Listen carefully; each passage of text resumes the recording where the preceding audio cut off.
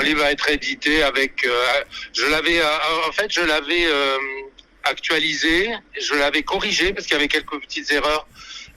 Donc, et je lui en avais fait part. Je lui avais dit voilà, j'ai actualisé, j'ai corrigé certains trucs parce que comme je sais qu'elle aimait l'exactitude, elle était très tatillonne sur certains trucs.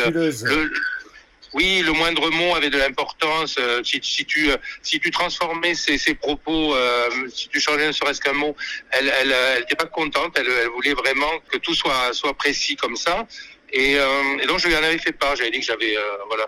Et avec sa franchise décapante, elle m'avait dit mais vous allez pas le réimprimer maintenant, attendez que je sois morte. Ouais. Donc ce livre, c'est vrai que les éditeurs avaient eu l'intention de le sortir. D'ailleurs, il était déjà les commerciaux l'avaient déjà proposé sur Amazon avec une couverture, etc. Je me souviens.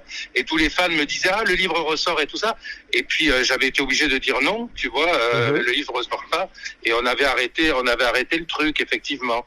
Et là, il va ressortir avec une nouvelle couverture, avec un prologue, puisque je lui rends hommage. Hein, ça a été difficile, comme pour Johnny. Hein, ça a été très difficile. Exactement, comme pour Johnny. Voilà, et voilà, je lui rends un petit hommage. Je raconte un petit peu nos échanges qu'on avait par mail. Oui.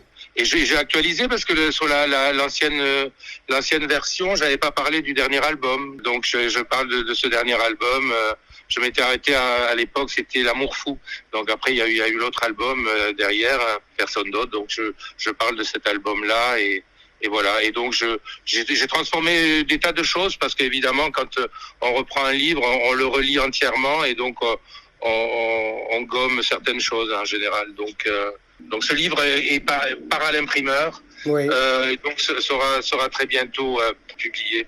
Ce que je veux dire sur Françoise, c'était que c'est l'une des rares personnes, sinon la seule, sur qui j'ai écrit, avec qui j'ai échangé autant.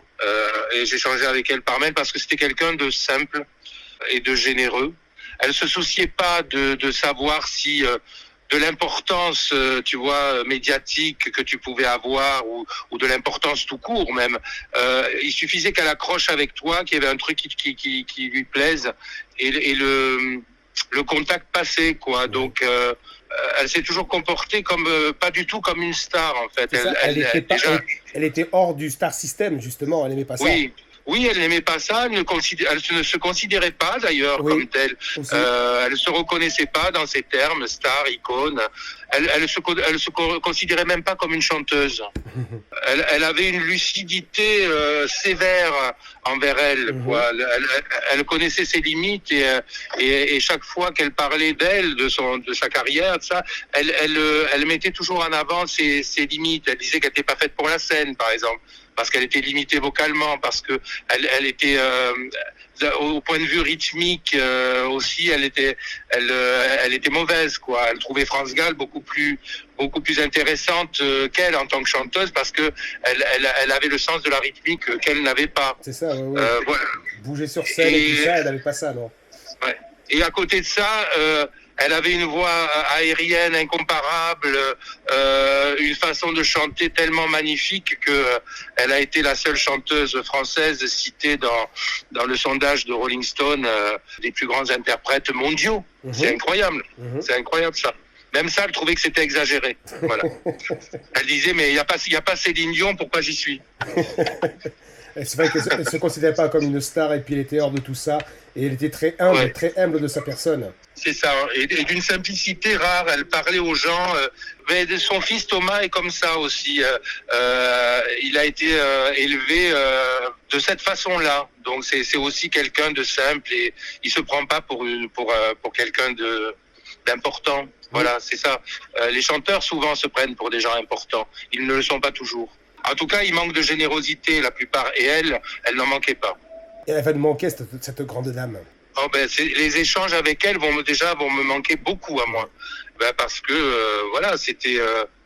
Et son côté aussi cash, incisif. C'est pas quelqu'un qui mettait des formes dans sa façon de parler aux gens. Donc, elle était directe. Oui. Elle était très directe. Elle mettait pas de forme. Et quand elle te faisait un compliment... tu pouvais te penser vraiment que le compliment était mérité, quoi. Ouais. En tout cas, qu'il était sincère. Sincère. Tu vois, et tu pouvais lui faire confiance là-dessus. Elle m'a souvent fait rire, d'ailleurs, de façon involontaire, par son côté direct, comme ça. Et tester, Voilà. non? C'est pour mieux tester comment percevait les réactions des gens. Elle voulait voir ça aussi. Non, c'était sa nature, c'était comme nature. ça. Tu lui posais une question, elle te répondait cash. Quelquefois, ça faisait pas toujours plaisir. Quelquefois, tu te prenais une boîte, voilà. Mais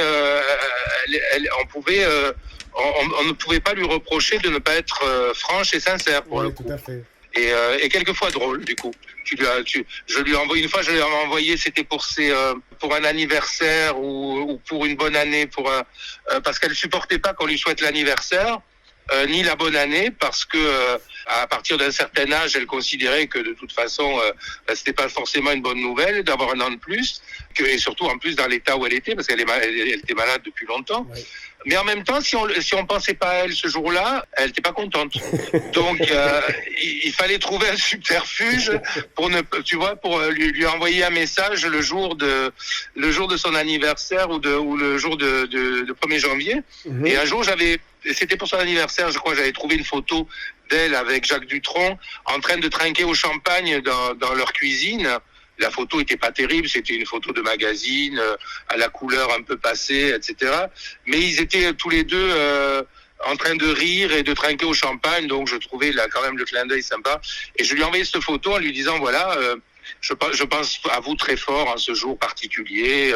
Voilà, j'avais mis des formes comme ça. J'ai surtout pas joyeux anniversaire, mais et j'ai dit, j'ai trouvé cette photo, je trouvais sympathique. Je vous l'envoie, etc.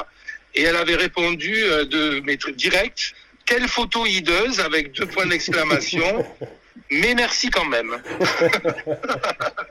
C'était tout à fait elle, ça. Voilà. Elle était très attachante. Ouais. Hors du commun, ou quelqu'un qui est attachant justement par son caractère, par son ton affirmé. C'est ça. Et puis surtout, encore une fois, c'est quelqu'un d'humain, quoi. Ouais. Quelqu'un qui se prenait pas, pour quelqu'un d'important, quoi. Je crois que c'est depuis toujours, en fait, c'est de par son éducation, peut-être, ou elle a gardé en mémoire quand même la jeune prolo qu'elle pouvait être. Ouais. Voilà. Je pense que ça, elle l'a jamais perdu de vue. Elle pense peut-être qu'elle ne méritait pas ça, et bien en fin de compte, elle se sous-estimait en quelque sorte.